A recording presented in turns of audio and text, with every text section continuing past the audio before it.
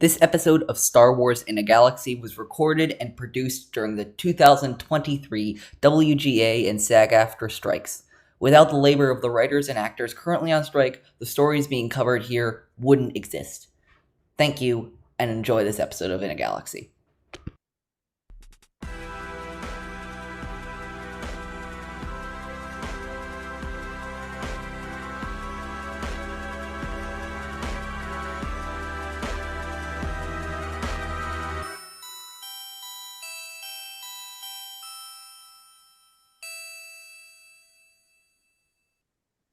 Hello there. Welcome back to Star Wars in a Galaxy, watching all the Star Wars we can get our hands on. A sentence I've wanted to say for a month now. Thank you so much for bearing with us in our break. We are back to weekly now. We are so excited to get back into it. I missed this show. I'm Eli, by the way. I'm Jacob. I'm very glad to be back as well. It's exciting. Welcome to episode 111 of Star Wars in a Galaxy, watching all the Star Wars we can get our hands on. We are in, this is episode 2 of season 14, and we are, of course, talking about the next 40 minutes, the 40 through 80 minutes of Jedi Fallen Order. And I know we promised that this episode was originally going to be with Alex Stamen from Star Wars Explained and Connor Chikiti from the Nerd Academy podcast and For the Republic. Plans have changed. They're still coming on. They're going to be on for our retrospective episode at the end of the season. It just worked better for everybody scheduling wise. But while we wait to do that fun episode with them, we are also going to have Jared the Dark Jedi from the Nerd Academy, also from the Nerd Academy podcast, one of the a good friend of the show, for episode 113. So not next week, but the week after, we'll have Jared on. And yeah, I'm really excited to get back into this. Jacob, before I get into the summary of the plot, do you have anything else to say? Not at all. Let's go for it. All right, so we start off with Cal accepting the call to action, to the call to the journey, and starting his research on the Zeffo people, as well as fighting the Empire, of course, on their homeworld, which is fittingly called Zeffo. So Cal goes to Zeffo. We see the Empire's operations on Zeffo. We see that there were plenty of normal people living on the planet, but they were basically arrested and in some cases killed because the Empire wanted to conduct what it called Project Augur, which was its own research into the Zeffo and their temples and how their society functioned. Cal manages to get to a tomb of one of the 3 ancient Zeffo sages. This one named Alrum. In the tomb of Alrum, he once again flashes back to a lesson with Jaro Tapal, where he reconnects with the Force enough to, in game and of course in story as well, use the Force push. On Zeffo, another recording of Master Eno Cordova activates inside BD-1, which reveals that Cordova's research indicates that the Zeffo had some contact with the Wookiees of Kashyyyk. And so Kashyyyk is the next planet to which Cal ventures. We see specifically so he can talk with an influential chieftain of the Wookiees named Tarful, who we first saw in Revenge of the Sith. We see an all-out war between the Wookiees and various other rebel fighters and the Empire on Kashyyyk. Cal takes over an AT-AT walker, and he's doing some good shit, blowing up some Imperial compounds. And then a man named Saw Gerrera jumps on to the AT-AT, and he and Cal talk, Saw revealing that he is the leader of a rebel militant group called Partisans, and that they're trying to free as many Wookiees who have been captured and enslaved by the Empire as possible. Cal assists them in that quest, but in exchange, he and his freedom fighters provide as much information to Cal about Tarful as they can, although they do not know much. And then the section ends by Cal deciding to return to Zeffo to do more research into this mysterious species that Cordova is having him investigate in order to get to the MacGuffin of this game, of course, which is the holocron with the names of Force-sensitive children around the galaxy. All right, that's quite a bit that we got in this little section. Quite a bit indeed. Jacob, I'll throw it over to you. Where do you want to go first? I don't know. I mean, I was most interested in the Ewoks and Kashyyyk and The Ewoks? sorry, the Wookiees. I misspoke. I'm very I wish rusty. we had Ewoks on Kashyyyk. That would be. Can you imagine Ewoks in this game? This kind of a little bit darker, grittier. The forest moon was supposed to be Dude. the Wookiees planet in the original draft of Jedi. So what might have been? What might have been? Yeah, the Wookiees, and of course, Saw Gerrera. Amazing introduction for his character. Literally just splat on the window of the walker. It's so funny, just like that. It's one of the first. I giggled. Clips. It's one of the first clips we saw in the gameplay trailer for Jedi Fallen Order, and it never loses its luster for me. But I was thinking we'd go a bit more like chronological. Let me first say that this is a editorial notes about gamers' little playground and their playthrough of Jedi Fallen Order, because of course a very important part of a game like this is choice. You do not have to go to Zeffo first. You can go to Dathomir first. You can go to Dathomir and Zeffo and Kashyyyk and back and forth there whenever you feel like it. Those are the three main story planets. Other planets like Bogano and Ilum and Nur, you can only go when the story demands you go there. But these ones specifically, I think you can go to Zeffo 3 times in the game, Dathomir twice, and Kashyyyk also twice, I think. So then anyway, I guess if I can cut in, I think this does beg the question, with video games being a storytelling device for the Star Wars canon, is there a canon order of events? Has anything been confirmed? I don't think specifically. What I will say is I think that the order that Gamers Little Playground is choosing for this game is a good order. I happen to believe that specifically Zeffo should be the first planet you visit after Bogano. And that Dathomir you should delay in your playthrough of Fallen Order for as long as possible. How come? There's just some stuff that works. I think the subplot on Dathomir works a little bit better once you had some experience with this game under your belt. And it's also a gameplay thing.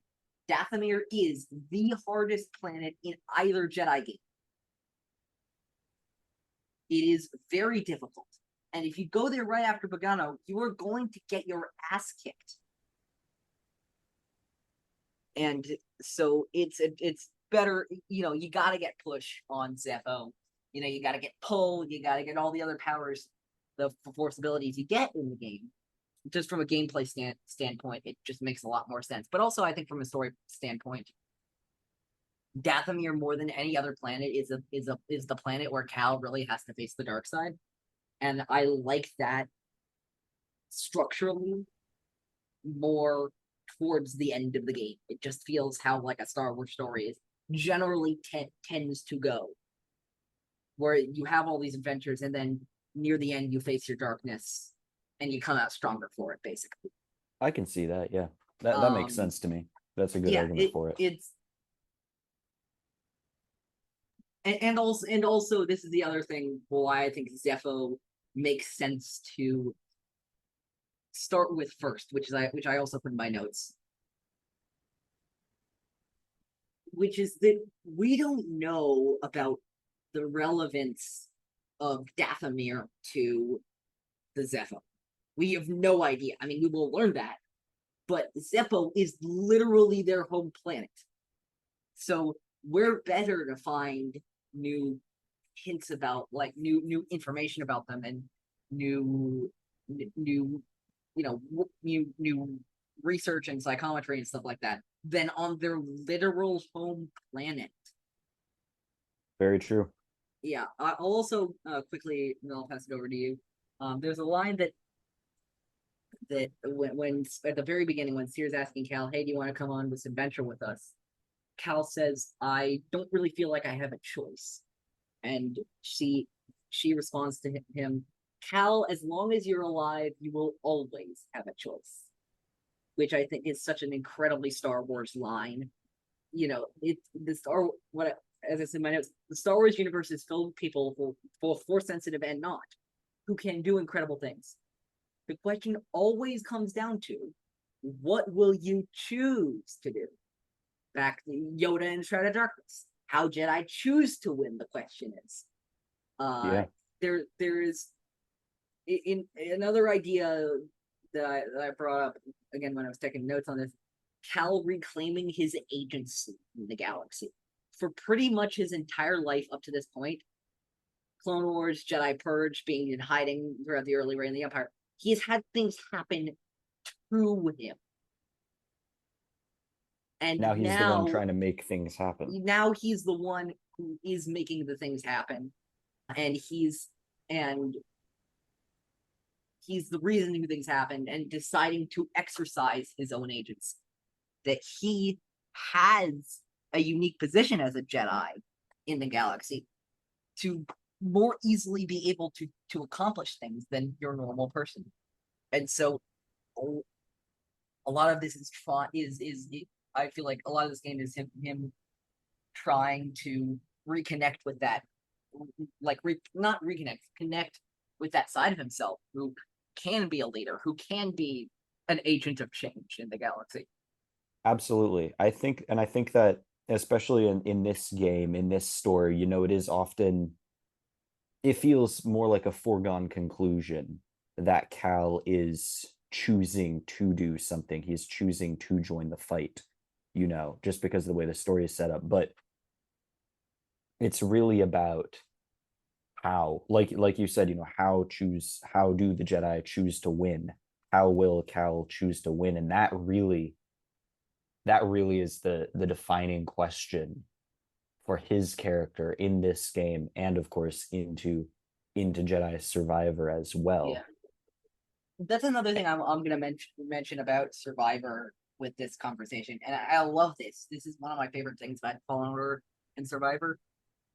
I obviously, I think I've talked about this many times. I think I like Fallen Order quite a bit as a story, and I think through the rewatch for In a Galaxy, as it tends to do with most of these things, I'm going to find I like it even more. But, and there's a big but, I love Survivor. I think Survivor is miles ahead of this first game. Nothing to insult this first game. Survivor connected to me on a different level. I think because of the slightly more mystic, high fantasy nature of it, combining with the High Republic and stuff like that, right? Yeah, sure. But I love how both of these games, while being inextricably connected, have their own identities. There are things in this game that you have to do that you do not have to worry about in Jedi Survivor, and vice versa. The puzzles, for example, in Jedi Survivor are much more laid back and much less integral to the story than in Fallen Order. Survivor is a bit more centralized than Fallen Order. It has fewer planets to go to. There are more villains in Survivor than there are in Fallen Order. Really. Like, you fight 9 on Kashyyyk, you fight Malicos, and then you fight 7 3 times. In Survivor, you fight Dagan 3 times, Ravis once, Bode twice, and then you fight Vader as Cere. You fight Ninth again at the beginning. It's like you could make the argument, you can make the argument, I would make the argument that Bode is the main villain of the game.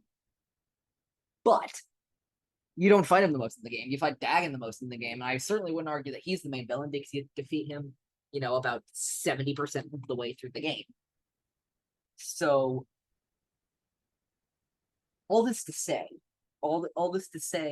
that I like how both games, even though they're connected, obviously, in some very crucial ways, have their own distinct identity.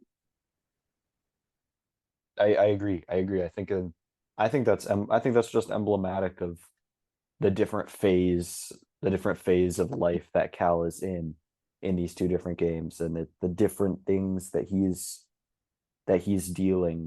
character is dealing with, and the challenges that he faces are different in these two games. I also think that it's emblematic also of the type of storytelling that has been going on. How so? Around both eras of storytelling, where you have Fallen Order, which was, for me, feels like a very interesting combination of elements from, among other things, of course, Star Wars Rebels, which finished its 4th season around a year before Fallen Order came out. Yeah. And Rogue One, which came out 3 years before Fallen Order came out, which sounds like a lot, but still, like it has a lot of elements from Rebels and Rogue One. Yeah, I think the way that it asks the questions about individual choices and obviously the appearance of Saw and Dathomir and the conversations about sacrifice. I think they're all in a very similar vein. Whereas it was emblematic of that time in Star Wars. Whereas Jedi Survivor, to me, is very much a product of Andor, which came out about 5-6 months before it. It has a lot of things about standing up and like imperial despotism and all that kind of stuff, and those kind of vibes. But the real thing that it gets a lot of information, like a lot of inspiration from, to me, and I think it has a lot of influence from this show, is Obi-Wan Kenobi. Obviously, it takes place at the same time. We have the hidden path in both, but the messages of both Obi-Wan Kenobi and Survivor are very similar. And, obviously, Obi-Wan Kenobi is funny because you can make very direct correlations between Obi-Wan Kenobi and Rebels and Andor and Rogue One. But Andor's not Rogue. And Obi-Wan Kenobi is not Rebels. Yeah. And so I think that it takes a lot from the Star Wars that's produced around it. You have a lot more, you fight a lot more ground troops in Survivor and/or fail. And then the enemies you do fight in Survivor that are Force sensitive are more mystical: Dagon, Vader, Bode. That's the Obi-Wan feel. Whereas in obviously you see these various rebellion movements like Saws sprouting up, Rogue One influence, and then in Rebels, obviously, pretty much all of that game except for Malicos is you fighting Inquisitors. All but one of the lightsaber fights in that game are Inquisitors, except for Malicos, who you fucking put in the ground and like with the help of fucking Night Sister. But all of them except for Malicos are Inquisitors, which obviously take heavily from Rebels and other stuff, obviously. But Rebels was where the Inquisitorius really got their first time to shine. What was I gonna say? But yeah, sorry, I've been rambling on for a little while. You got other stuff on Zepho? I don't know. I think that this part did remind me more of my experience of Survivor, the mystical element, following around, the traces of Cordoba, the hologram recordings, the memories, him trying to track down the Zepho, his kind of crazy, eccentric archaeology work, especially, fighting the giant, I don't even know what they were called, like the Tomb Guardians. The giant metal tomb guardian. It's like, wait, that was completely out of left field. It's no context, really, just really giant metal inanimate guardians. It's really fucking weird. What? There's no, like, that was very Survivor. That was, very kind of mystical, strange, inexplicable type of stuff. But these games love that. These games really like to lean into that. I so will it was say, cool. Before I get into Alrum, I will just quickly say I love this stuff, and I'm glad that the Games Little Playground included this stuff in here. Of the Force echoes we got, specifically around the civilians on Zeppo, who were, arrested and killed simply because they didn't want to leave their homes for the Empire to come in and do their archaeological research and stuff like that. That felt very like it is a display of Imperial brutality, unlike something unlike anything we really got in Star Wars at the time, and I don't think we would get again in the same way until Andor. This, the systematic, we don't care who you are, where you're from, we are after our goals, and nothing you can say or do will stop that. Yeah. The systemic brutality and just overwhelming nature of fascism in its prime state is something that I think this game does very well. And again, I don't think we'll see it in the same way until Survivor. Until Andor is what I meant. Until Andor.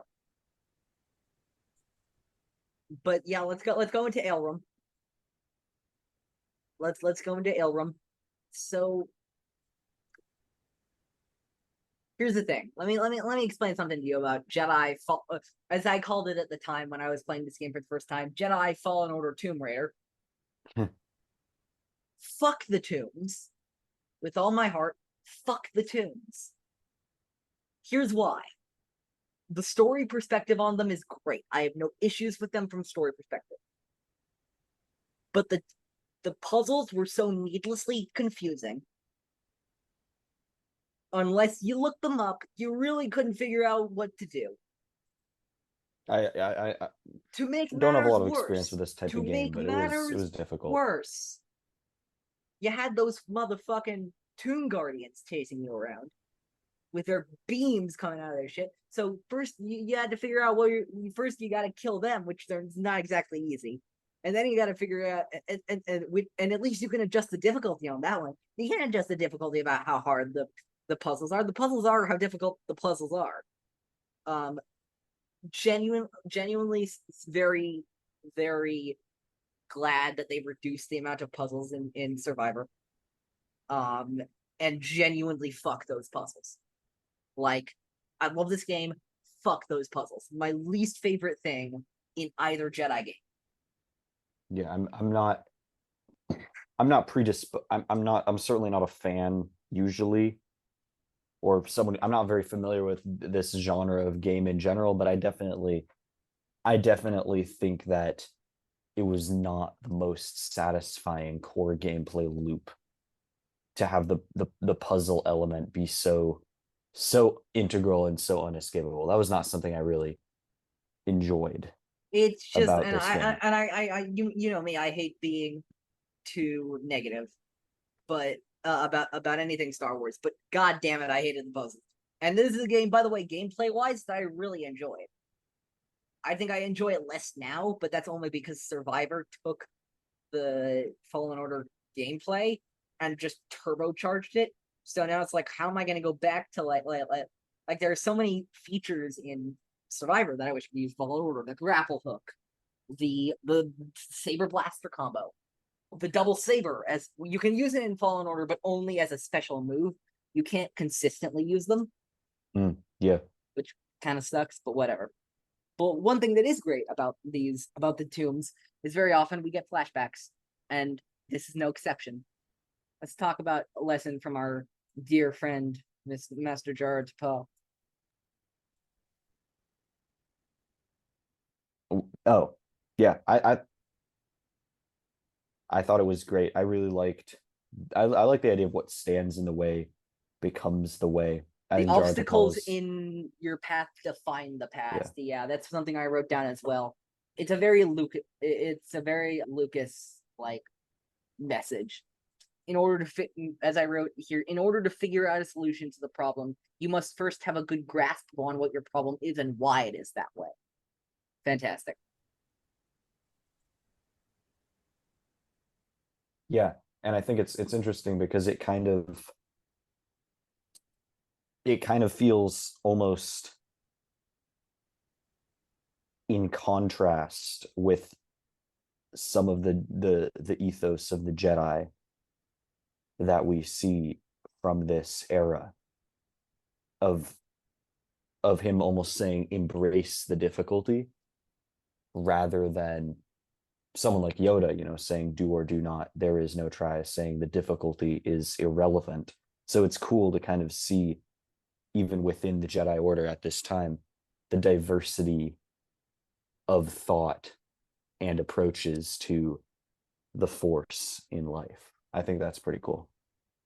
Yeah, there's a lot of great this game, both Jedi games have a really great grasp on the Force. I think, obviously this game, I don't know the writing sensibilities of the writers as much for Survivor, but this game was co-written by Matt McNimitz, who is a great Star Wars writer, wrote so many arcs of the Clone Wars and Star Wars Rebels, and he gets it, man. He gets it. He's the story editor. He's like number 2 behind Corbett on story in the Bad Batch. He gets Star Wars, and really, really interesting guy. A friend of the show, Connor Chikiti, did an interview with him. I don't believe it's up right now, but when it is, we'll post the link back up. A great interview with that guy talking about his thoughts on Star Wars and the saga in general. But yeah, I want to talk quickly about Force Push. Force Push. Force Push, I feel like, is the biggest milestone in either of these two games. Like, it so much feels like a level up in a really meaningful way. It is an extra tool in your arsenal, and it is so useful in the right scenarios. And just generally, this game, every single Force upgrade, you could say, you receive has a lot of meaning in it, where it doesn't as much in Survivor, which is completely fine, by the way. It's a different game with different gameplay goals. It's not about Cal like regaining his connection to the Force again, because he's already done that. He doesn't need to do it again. It's like I say, but as this game is about the connecting to the Force, it makes the Force pushes, the pulls, the other abilities that you regain through the Force and connecting with it that much more impactful. Yeah, absolutely. I think that the idea of a reunion is a very interesting idea in this game, and the idea of returning. You have Cere and you have Cal, who both they kind of have contrasting situations and contrasting feelings about how can they or should they, return to the Jedi. And Cere, obviously, she feels very disconnected. She wants to take a different path. But I like seeing these little vignettes and kind of getting to see bits and pieces of Cal's past in the Jedi Order in this way. I think it's super neat. Yeah, there's a lot of great thematic stuff in this game. When we get down to that, that's the thing, is I didn't think the broad story ideas of this game are really fantastic. The nitty gritty details are where my issues, my minor but still issues with the game start to form. Such And as we'll get into that with a lot of the execution of the Zepho stuff, and we'll also get into that with Kashyyyk. Speaking of which, should we get to Kashyyyk? I was just about to transition there myself. Yeah, and I was gonna say, although I love the stuff in Kashyyyk, I will talk about this later, and maybe my opinion will have changed by the end. But its place in the story is a little strange to me. Like, it makes sense sort of thematically, but like connected to the other stuff in the plot, specifically thematically, it's just a little strange. That might sound like a bunch of mumbo jumbo. I guess what I mean is, like, it teaches Cal valuable lessons that he needs to learn. But, and this is just my opinion, and it could change, it feels weirdly separate thematically and plot-wise from the rest of the game. Like, it You think doesn't so? feel like, at least to me, it doesn't feel like it has a lot of impact on the other stuff in the game. Again, that's just me, but it doesn't mean I don't like the stuff on Kashyyyk, because I do. I think that, but I like going back to Kashyyyk. I really do. Oh, sorry. I'm so sorry. Before Kashyyyk, I want to talk about something else. All right. Between Zepho and Kashyyyk, which is Cere explaining her backstory.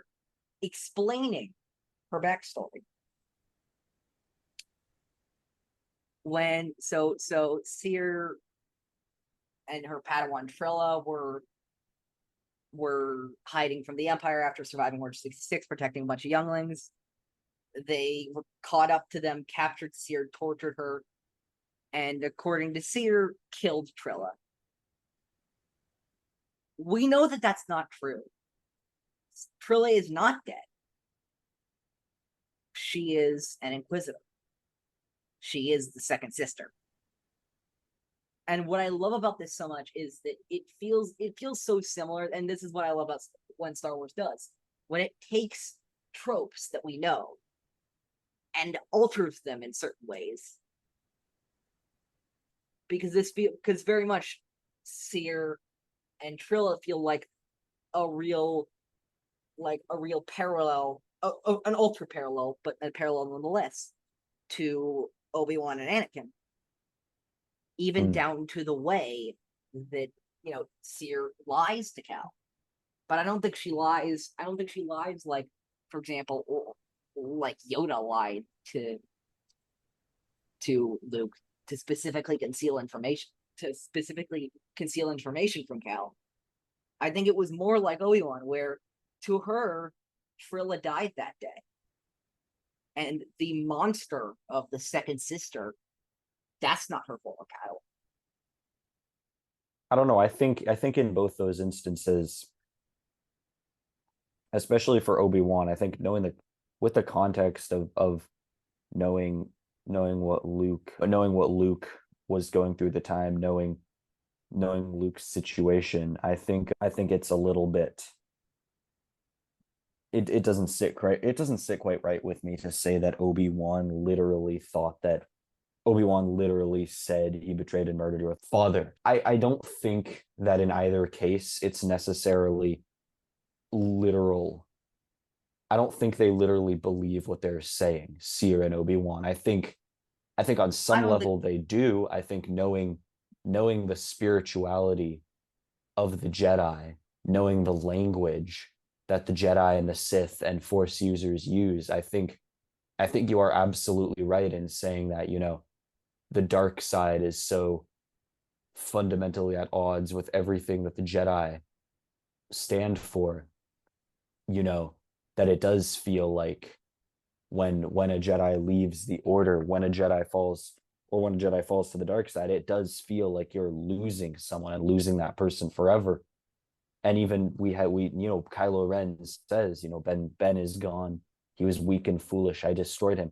However, knowing what we know about the context, I think it's impossible to say that Obi-Wan didn't also know that he was concealing something from Luke. Oh, I'm not saying that Obi-Wan didn't know. I'm saying Obi-Wan couldn't bring himself to say.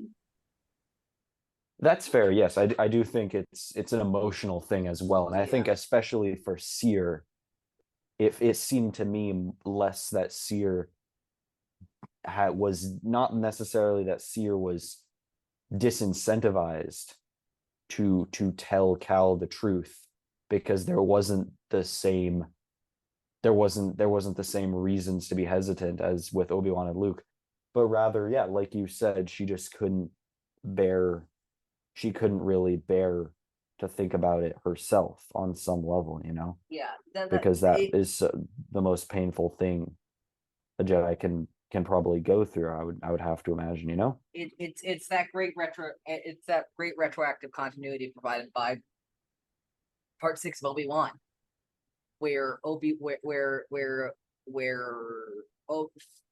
obviously defeats Vader on that moon. He's standing there with his saber over him, and he turns it off, and he goes, "Goodbye, Darth." Obviously, Yeah, tying into the line from New Hope. Shit, I'm forgetting the line now. I seriously cannot be forgetting this line now. You can't win, Darth. There we go. You can't win, yeah, Darth. If you strike me down, I shall become more powerful than you possibly met. Like iconic. yes, it is iconic, which is embarrassing that took me that long to remember it. But anyway, but point being, point being that Obi-Wan cannot see Anakin in there anymore. He can only see Vader. And saying that Vader killed Anakin, which in a metaphorical sense is true for him, is way easier. And on both on Obi-Wan's like despair for his friend, but also for Obi-Wan's guilt over what he thinks he did to him. Yeah. I am what you made me. Yeah, and it fits his belief system as well. Yeah, It fits the Jedi's belief system that we've seen demonstrated. Yeah, and I think Cere is very similar. All right, let's freaking go to Kashyyyk. Let's do this. I'll say a few things before we get to Gerrera, which I think is the thing that that's both of us want the main about meat of with this. I'll just say that Cal single-handedly bringing down an AT-AT walker on Kashyyyk is something that sounds so incredibly dude broy and like lightsaber go burr, and it is. But one of the great things about the Jedi games is that for me is that Cal is so incredibly not a dude broy character. He like, you can do these incredibly dude broy things, but he's still this little kid who survived Order 66 and is severely traumatized from it, and forms these deep, meaningful emotional connections with Cere and Greez and BD1. So you can do the dude broy things, but like, and not have them seem dude broy, which I think is the best combination. I will also say that I love Cal controlling an AT-AT because it's the only section of the game where you get to use a blaster. Really, that's the only one? Any sort of blaster or gun type weapon. Wow. And I'm so glad that they did away with that in Survivor. I like to use a variety of weapons in my Star Wars game. That's just me. I like the variety. I like, okay, I'm gonna do this. Can I kill this one with the Force, kill this one with a lightsaber, kill this one with a blaster? I want as many different weapon choices that I can get in a Star Wars game, because they're out there. I do think it's interesting to have a game where you really get to kind of play out the Jedi ethos, though, of blasters are uncivilized. Got to use a lightsaber. I do think that's cool. Absolutely. All right, you want to get to Saw? Saw comes in, like we said, Saw's entrance where he just somehow jumps and or Spider-Man swings or just happens to end up on Cal's windshield just like that. What an entrance. What an crazy entrance for an even more outrageous guy. I do want to point out Saw scolding Cal for blowing up a perfectly good walker. I can't remember exactly the line. Something to the effect of, "You just blew up a perfectly good walker." That's weird because never once has Saw cared about not blowing stuff up before. Never once has he cared about saving war material. he always just wants to send a message. What a great time to suddenly start caring about it. I thought that was a little bit amusing, knowing what we know about Saw. Absolutely. Yeah. I think that we're seeing, obviously, one of the best things about Saw to me is because of how much he appears in Star Wars. We get to see his slow backslide into more and more radical, more and more like more and more rigid behaviors. He becomes And more fundamentalist, more extremist. yeah, He takes more and more extreme measures. absolutely. And he's not there yet. He's not quite there yet. This is still only 5 years after the Clone Wars. A lot's going to happen to him between now and Andor, between now and Rebels. This is not the I am the only one with clarity of purpose Saw Gerrera. This is not the put bags over people's heads, even if they're cooperative prisoners, and even if one of them's blind Saw Gerrera. Yeah, this is not feed him to the giant tentacle monster that causes insanity. This is not No, that not Saw. yet.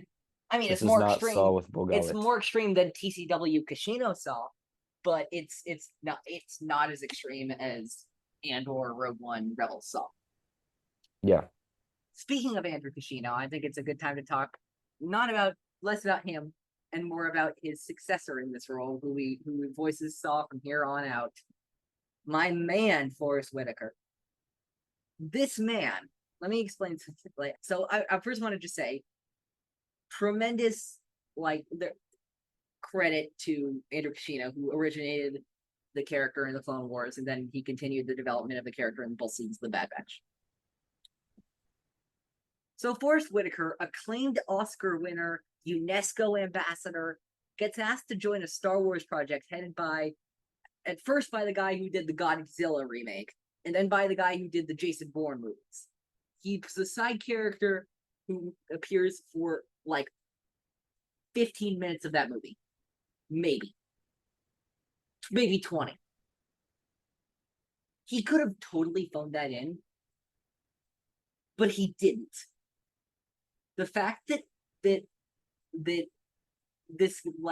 fact that Forrest Whitaker saw Space Che Guevara and decided, yeah, I'm gonna put my everything into this role is maybe one of the best things in modern Star Wars. Yeah. Hats off. Amazingly well done. He for me easily makes his way into a top 10 performances in a Star Wars for me. Wow. Which is a difficult feat given that he comes from an era of a lot of fantastic performances. Even though I actually think that his Fallen Order appearance is actually the weakest written of any Forrest Saw, actually, he's still he never had to go as hard as he did. And there's a tremendous amount of respect I have for that guy, because he's saying some crazy off the wall shit. You could going to Andor. I am the only one with clarity of purpose. You have to act your heart out to make that sound believable. Make yourself to make a character sound believable when they're saying basically everybody else sucks and I'm right. I mean, he does a great job. He does an incredible job of just getting across Saw's, his mania, his fervor, of his beliefs. It is really It's really well done. There's no denying that. And of course the writing on Saw has mostly been fantastic, but again, it's all about, I feel like for me it's all about that delivery.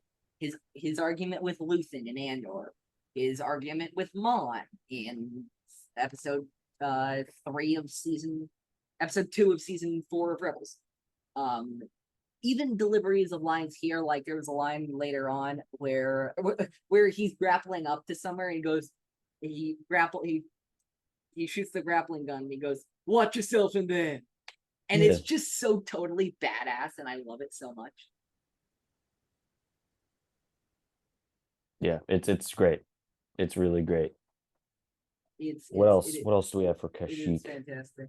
Wow, I'll the also just Imperial. Sorry, go ahead. no, you go ahead. I do want to mention, since we always since we always talk about how Star Wars is so not political. Imperial refineries, what No, are they refining? Tree sap. Oh, really? It's almost like in the 19th century when certain imperial powers actually used crushing military force to subjugate other regions to get a certain extremely valuable liquid, also from trees. Rubber. That can't be right, though. Star Wars has never been political. Star Wars has Star never Wars has been never been political. about real world. Star Star Wars has Wars never is been about real world events, real world when is dynamics. let me ask you something, okay? When has a country ever been subject to imperial ambitions regarding a liquid that it highly produces, inducing several wars in the region and creating political instability? When has that ever happened? Man, I think that only happens in Star Wars, Eli. I think that only happens in Star Wars. Yeah, Star Wars is so not political. It's So, no, it's sir. again, yeah, but yeah, I will say this. One more thing about Saw. So when Cal is asking him about Tarful, he goes, "Tarful's a freedom fighter," and no, and Saw goes, "No, he's the freedom fighter," which I think is a really fantastic place in Saw's character journey. Because can you imagine him complimenting somebody that profusely in Andor or Rebels or Rogue One? Again, I'll bring up, I know I bring it up a lot this episode. I am the only one with clarity of purpose. Can you imagine him doing that in 4 BBY? Yeah, probably not. I think that this transitionary period where it saw has values, some values that look a lot like Andor, and a lot of values that don't, or Rogue One or Rebels, or that sort of era of what am I gonna say of Saw. Like he a lot of similarities and a lot of differences, and I think that's really interesting to explore. And I think they do it a lot. I think they do it very well in here. Yeah. What else do you have for Kashyyyk? I don't know. I really liked the setup on Kashyyyk. I loved the opening. I thought, flying in and just seeing the chaos that the Empire has brought to Kashyyyk, in their pursuit of Kashyyyk's power and resources, the exploding TIE fighter in the air, the fog laying over everything, the AT-ATs covered in swamp vines, which Cal eventually does climb up. Surprise, surprise. Cal loves climbing vines. Who knew? It just created a really great atmosphere, and I thought it was probably the most. And I think I might be also personally. I just love Wookiees. They're the coolest. Chewbacca is one of my favorite characters. Love Tarful as well. I thought this was maybe the most compelling setting that we've seen so far in JFO. I found it really, really fun. You just fucking wait. I You just know, I wait. know. There's more. Dathomir is so I'm great. I waiting. I'm love waiting for Dathomir Dathomir. so I know much. because I never got to Dathomir The in my own Dathomiri playthrough of the Civil game, and War subplot that takes place is fantastic. I love it. I'm ready. Um, I'm ready. I will put some highlights in here. First of all, we fight our first purge troopers, which is fun, and like I like that. I like how obviously you can handle them, but they're still a hassle to take down. And I like that we have those specialized troopers to take care of Jedi. I was actually gonna say about the Purge Troopers, specifically on Kashyyyk, but in general, I've never seen characters talk more shit just to get completely rolled over than the Purge Troopers so far Oh yeah, in JFO. it's kind of a meme, but I mean, it's not like you can one hit them like stormtroopers. Like yeah. you have to put some actual effort into it. I mean, no matter what, there's going to be some ludonarrative dissonance. If you play it on one of the hard modes, your lightsaber basically functions like a crowbar, you know. And if you play it on one of the easy modes, you know, it's just Cal does everything with ease. So, you know, I think that's just the nature of it being a video game, is you have to suspend disbelief at certain times and kind of Absolutely. understand that it's just another storytelling vehicle, you know, and Yeah. every storytelling vehicle has its strengths and its shortcomings, you know. Yeah. That's just kind of the way it is. The last thing I want to mention is that speech at the end by Saw, because Saw gives some of the best speeches in Star Wars. These He have been does. hard years. We've lost comrades, friends, family to the Empire. Dark times. And yet the fire still burns. Hope still burns. The Jedi are not yet lost. We are not yet lost. Kashyyyk is not yet lost. For the cause. It's easy to see how influential a leader Saw is when he gives banging speeches like that.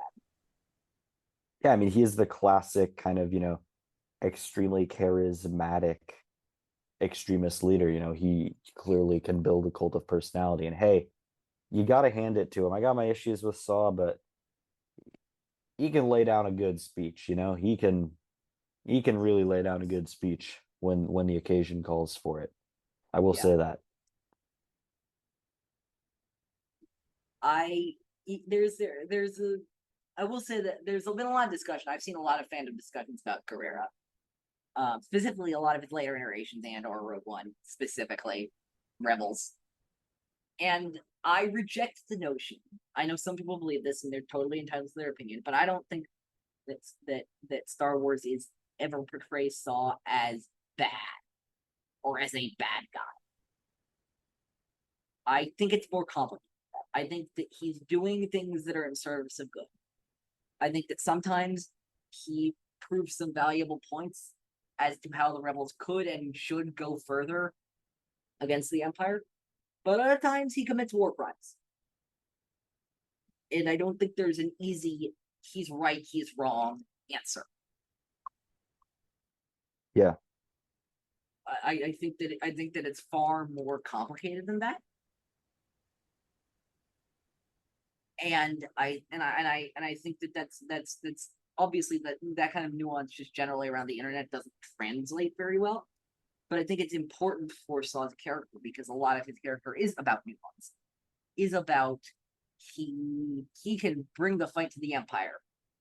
He can also do things like the Inasagi massacre, which if you don't know what the Inasagi massacre is, Wikipedia that shit and tell me how much you love Saw after you look at the Inasagi massacre. It's some heinous shit. And 16-year-old Jyn Erso had to witness it. I mean, not by choice. She wasn't supposed to witness it, but she did. She did. She absolutely did see it, and it fucked her up. Yeah. If you want the full account of the Inasagi massacre, Rebel Rising by Beth Revis, that is the book that it takes place in. But yeah, Jacob, do you have any other thoughts before we wrap this puppy up? Couple words about our good friend Greasy Money. Greasy money, baby. You know, speaking of, you know, right at the end, you know, speaking of Grease's, you know, his gambling habit, you know, I'm sure Grease confidently boasting about how the Haxian brood can't touch him. You know, I'm sure that won't come back to haunt him. I'm sure that won't I come don't know back what to you're haunt talking him. about. We never hear about the Haxian brood in this game ever again. We never hear about them ever again. Right? Right?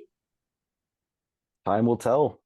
Time I will think the tell. next section of the game, I think the next chunk of the game is the Ordo Eris section, and that is a direct rebuttal to that line. That is Yeah. that you'll see what happens on Ordo Eris, which is one of the strangest parts of the game. But yeah, you'll see that the Haxian brood. It's not about Grease, actually. It's not. That's not why they're after them. It's not about Grease. It's actually really about Cal. But yeah, no, Grease is great. Again, I'll reiterate what we named our last episode and something we talked about last episode.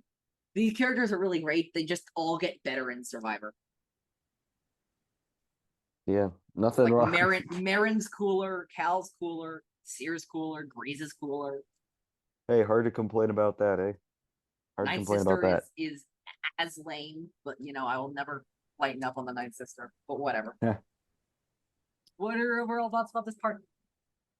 Overall, I liked it. I thought that the part on Zepho, to be honest, wasn't my favorite. I thought it was a little bit slow, a little bit ponderous, but I mean, I loved the Kashyyyk part. I loved seeing Saw Gerrera.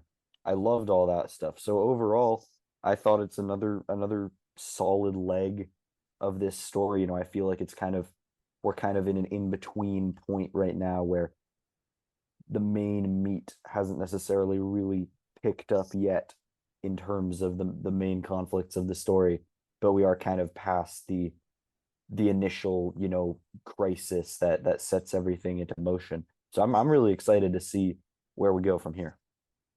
Yeah, I think this is about the end of like the setup of the story that we get. I think a lot of the stuff is now going to be more payoff, more advancing the story forward in a major way. I think I actually love the Zepho stuff.